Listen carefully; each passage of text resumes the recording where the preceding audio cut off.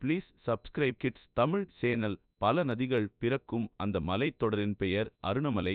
அந்த மலையின் மீது எந்த மனிதனும் காலடி வைக்க முடியாது என்று அனைவரும் நம்பினார்கள். ஆனால் ஒரு நாள் அந்த கிராமத்தில் வாழ்ந்தான் சுரேஷ்.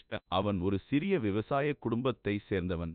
ஆனால் அவன் மனதில் எப்போதும் ஒரே கனவு, அருணமலையை ஒரு முறை ஏறி பார்ப்பது. ஒரு மழைக்காலம், மேகங்கள் கருப்பாய் அடர்ந்து மின்னலோடு முழங்கிக் கொண்டிருந்தன. சுரேஷ் ஒரு பெரிய முடிவெடுத்து ஒரே பையில் சிறிய உணவு, ஒரு பதக்கத்துடன் மலையின் அடிவாரத்திற்கு புறப்பட்டான். ஏற ஏற காற்றின் இசை மாறியது. வானம் உடைந்து விழும் போல் இருந்தது.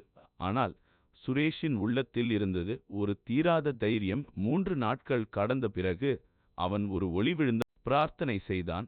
காற்று அமைந்து மேகங்கள் சீராகச் சிதறின. ஒரு அற்புதமான ஒளி வானத்தில் விழுந்தது.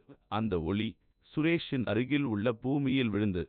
அந்த இடத்திலிருந்து ஒரு சிறிய கல்லில் எழுதியிருந்தது: பெரியது, நீ உண்மையை தேடியவன், இப்போது நீ அருணமலையின் பாதுகாவலன். அந்த நாளிலிருந்து அருணமலை மீண்டும் ஒருவரும் ஏற முயற்சிக்கவில்லை.